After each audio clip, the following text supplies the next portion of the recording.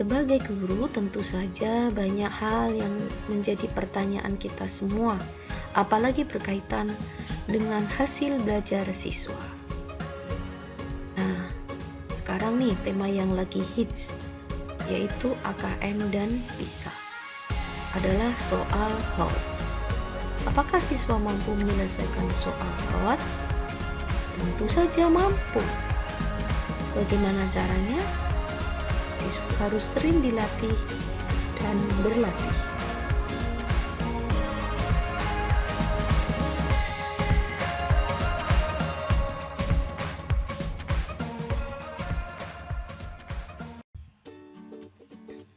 Assalamualaikum warahmatullahi wabarakatuh. Bertemu kembali dengan kami. Saat ini kita akan belajar bersama tentang persiapan merancang pembelajaran step 2. Bersama saya Dwi Riastuti.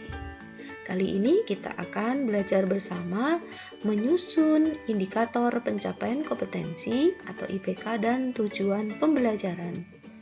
Semangat! IPK. Apa saja jenis-jenis IPK? Ya, betul. Ada 3, yaitu IPK pendukung, IPK kunci, dan IPK pengayaan. Nah, tentu saja pada masih ingat ya, jika kita belajar lagi. Contoh kita ambil KD yang berbunyi menganalisis konsep energi, berbagai sumber energi, dan perubahan bentuk energi dalam kehidupan sehari-hari.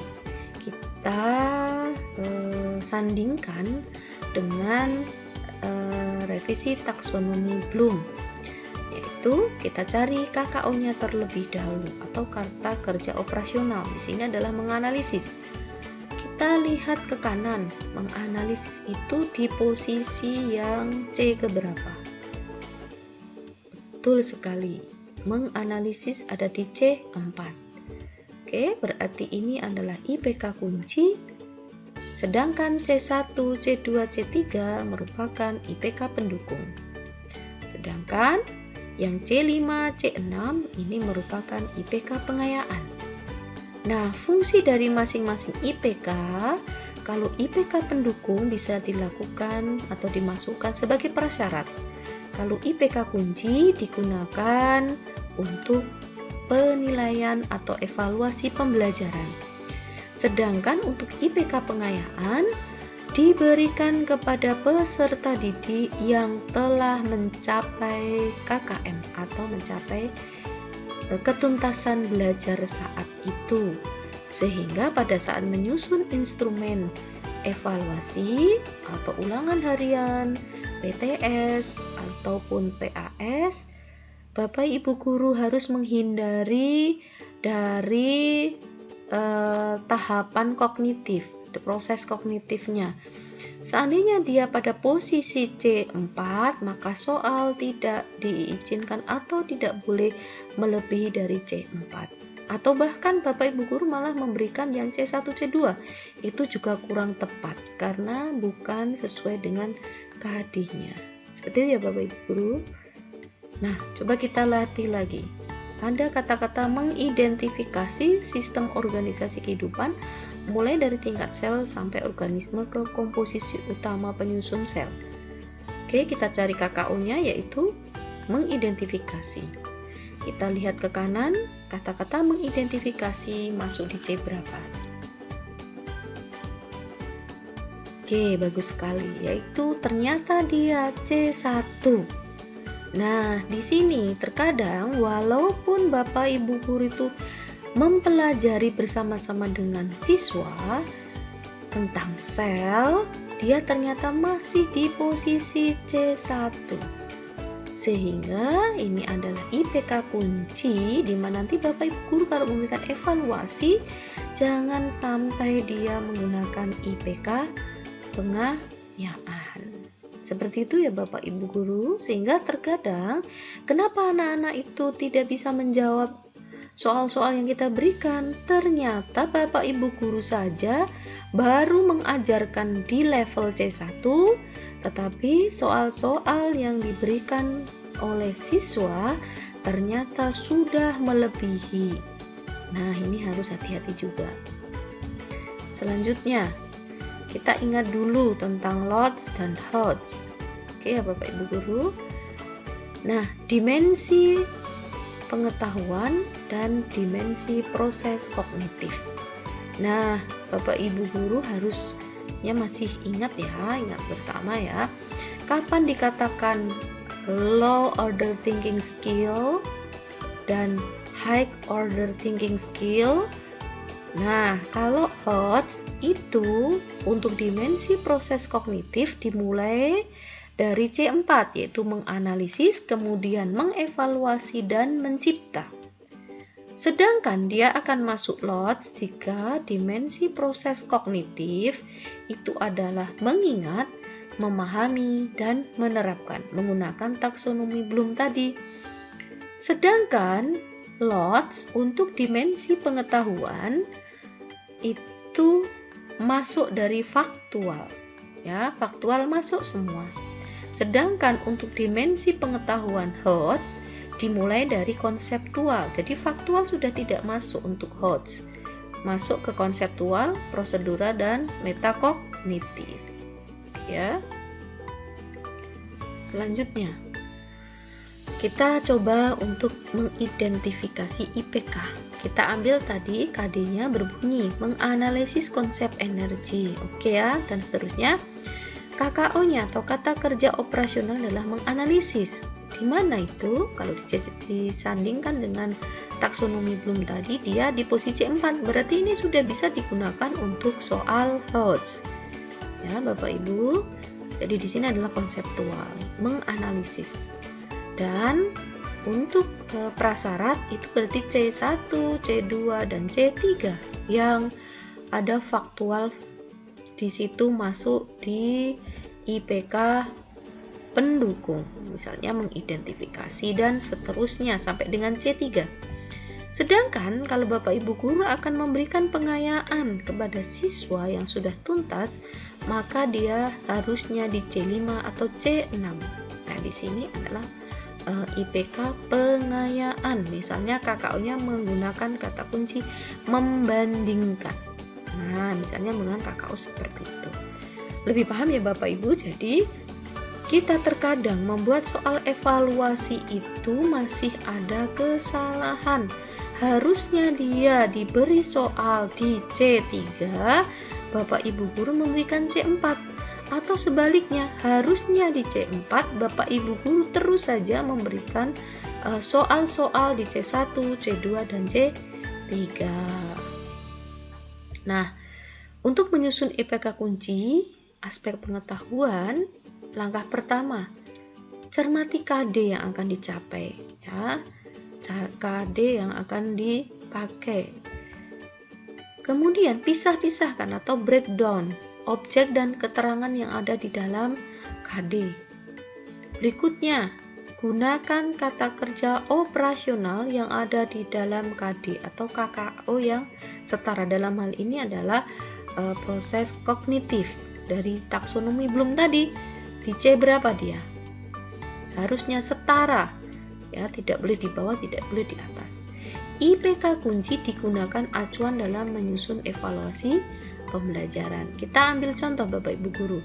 Pasif tadi ya, menganalisis konsep energi, berbagai sumber energi, dan perubahan bentuk energi dalam kehidupan sehari-hari termasuk fotosintesis. Coba kita breakdown. Kita cari KKO-nya terlebih dahulu. Nah, menganalisis ini adalah KKO-nya. Kemudian kita cari objeknya. Ada berapa kira-kira objeknya? 1, 2, 3, 4. Nah, ini adalah objeknya. Jadi, ini adalah objek yang akan dipelajari Bapak Ibu. Jadi, setelah di breakdown seperti ini kan kelihatan. Kemudian mana keterangannya? Keterangannya adalah dalam kehidupan sehari-hari. Jika kita menemukan 4 objek dari KD tadi, 4 ya di sini, maka minimal akan kita kembangkan menjadi 4 IPK. Ini minimal Bapak Ibu Guru. Jadi dalam KD ini kita bisa memecah minimal 4 IPK. Jadi Bapak Ibu guru kalau mengajar harusnya objek dapat semuanya, akan tetapi pada saat Bapak Ibu guru mengembangkan IPK, objek tidak dapat. Nah, ini yang akan jadi masalah nantinya. Kemudian coba kita akan pecah-pecah menjadi IPK. Untuk penomoran Bapak Ibu, di sini adalah nomornya 3.3. Ini sesuai dengan urutan di silabus. 3.3 ini KD ke 3.3. Oke. Kemudian kita akan mencari IPK pertama. Coba Bapak Ibu guru, apa bunyi IPK pertama? Silahkan. Oke, berarti yang pertama, IPK pertama kita coba bersama-sama. Apakah prediksi atau susunan Bapak Ibu guru sudah tepat? KKO tadi adalah menganalisis. Objek pertama adalah konsep energi. Kata keterangannya adalah dalam kehidupan sehari-hari. Oke, kita lihat. Penomorannya 3.3 berarti KD 3.1 ya. 3.3.1 berarti dia adalah IPK pertama. Menganalisis konsep energi dalam kehidupan sehari-hari. Kira-kira IPK kedua bunyinya apa Bapak Ibu guru? Oke, bagus. Menganalisis berbagai sumber energi. Nah, objek kedua adalah di sini berbagai sumber energi. Sehingga dalam kehidupan sehari-hari, nomor kedua. IPK 3. Coba lihat, tadi yang ketiga apa? Perubahan bentuk energi. Berarti bunyinya ketiga apa kira-kira? Menganalisis perubahan bentuk energi dalam kehidupan sehari-hari. Oke, sudah mulai paham ya Bapak Ibu? Lanjut, tadi kan minimal 4. Kira-kira apa? Ingat KKO-nya kita menganalisis. Boleh tidak menggunakan kata-kata selain menganalisis? Boleh. Akan tetapi menganalisis adalah di posisi C4, maka KKO-nya harus di C4 semua. Tidak boleh di bawahnya, tidak boleh di atasnya dulu, karena ini untuk pembelajaran. Oke. 3.3.4 menganalisis. Tuh konsep masih masuk, fotosintesis. Saya masih punya 2 tantangan. Coba temukan 2 lagi. Oke, bagus. IPK 5. Menganalisis sumber energi fotosintesis. Satu lagi Bapak Ibu. Silahkan ditemukan. Yang 3.3.6 IPK ke-6. Bagus ya, sudah mulai hafal ini. 3.3.6. Oke, menganalisis perubahan energi dalam fotosintesis. Nah, tadi kan kita minimal 4 ya. 4 udah betul sekali. Tapi ternyata bisa dikembangkan menjadi 6. Nah, silahkan boleh dilanjut. Kira-kira masih bisa di breakdown berapa. Jadi Bapak Ibu saat mengajar, inilah kunci-kunci keberhasilan kita dalam mengajar. Jangan-jangan selama ini kita membuat KD, membuat IPK itu, kita belum membreakdown secara detail dari KD kita, dari KD yang ditentukan. Seperti itu ya Bapak Ibu. Oke, lanjut. Kemudian, bagaimana menyusun tujuan pembelajaran? Kapan tujuan pembelajaran ditulis Bapak Ibu? Pada step pertama kemarin yang sudah lalu itu adalah tujuan pembelajaran ditulis di dalam RPP. Langkahnya apa? Cermati IPK. IPK yang digunakan mencakup A, B, C, D. Audien, behavior, condition, dan degree. Ini Bapak Ibu pasti sudah paham. Ya, kita saling mengingatkan. Ingat, jumlah tujuan pembelajaran minimal sama dengan jumlah IPK. Jadi kalau IPK 1 minimal tujuan pembelajaran 1. Kalau IPK 3 berarti minimal tujuan pembelajaran adalah 3 yang mencakup semua IPK. Maksudnya kalau 3 IPK berarti setiap 3 IPK 3 tujuan berarti setiap 1 IPK memiliki 1 tujuan pembelajaran. Ya. Kemudian diawali dengan menyebutkan kegiatan pembelajaran yang telah dilakukan.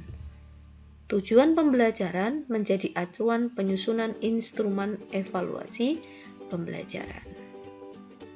Nah, kita coba.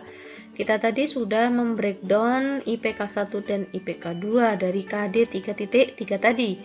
Nah, di sini ada berapa IPK?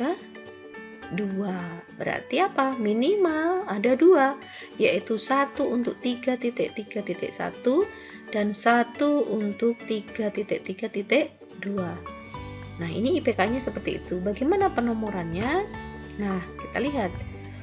Setelah mempelajari, nah ini tadi ada menyertakan kalimat dulu. Diawali dengan keterangan kegiatan pembelajaran yang sudah dilakukan. Contohnya, setelah mempelajari tayangan video tentang bentuk-bentuk energi dan sumber energi, peserta didik mampu. Nah, ini tadi adalah kondisinya. Apa? Sudah melihat, mempelajari video. Misalnya gambar, ya sudah melihat gambar. Misalnya bacaan, telah membaca. Nah, di situ harus ada keterangannya. Nah, kita penomorannya konsisten 3.3.1. Ini kalau 3.3.1 sampai di sini, ini berarti indikator yang pertama. Nah, 1 ini adalah nomor tujuan pembelajaran. Menganalisis konsep energi terbarukan, karena ini tadi konsep energi dalam kehidupan sehari-hari. Kami contoh seperti itu ya. Kemudian yang kedua, nah masih bisa digunakan pemecahan tujuan. Menganalisis konsep energi tak terbarukan. Nah, ini IPK 1 memiliki 2 tujuan pembelajaran. Kira-kira IPK 2 tujuan pembelajarannya akan seperti apa? Oke, bagus sekali. 3.3.2.1 menganalisis berbagai sumber energi terbarukan. Bisa lagi satu lagi. Apa? Betul, menganalisis berbagai sumber energi tak terbarukan. Nah, di sini akan runtut kita dalam mengajar para peserta didik. Mereka juga akan belajar runtut dari tujuan pembelajaran naik ke indikator atau naik ke IPK, akan naik ke KD. Nah, disinilah nanti pembelajaran akan tuntas. Kemudian masih ada satu lagi ternyata, menganalisis dampak. Waduh, di sini nih menganalisis dampak dari eksploitasi berlebihan pada sumber energi. Nah, ini aja sudah dapat berapa ini? 5 tujuan pembelajaran. Jika Bapak Ibu guru akan mengajar ke KD 3.3, kemudian mengambil IPK 1 dan IPK 2, maka tujuan pembelajaran saat itu mencakup 5 tujuan pembelajaran. Ya, di saat itu clear, hari itu juga selesai. Oke, yuk silakan dilanjut sendiri untuk mengambil. Tadi kan ada 6 IPK ya, ada 6 IPK, silahkan nanti dipecahkan sendiri. Nah, oke Bapak Ibu guru, perlu diingat kembali ya, IPK kunci digunakan untuk pedoman penyusunan evaluasi pembelajaran. Selalu lakukan evaluasi dan tindak lanjut pada ketercapaian KD. Apa saja yang jadi masalah, kendala, silakan selalu dicapai. Ketercapaian kompetensi belajar siswa adalah tanggung jawab guru. Nah, seperti itu Bapak Ibu guru. Semoga bermanfaat. Kita belajar bersama-sama, saling mengingatkan, dan kita terus belajar agar kita terus berkembang. Terima kasih. Wassalamualaikum warahmatullahi wabarakatuh.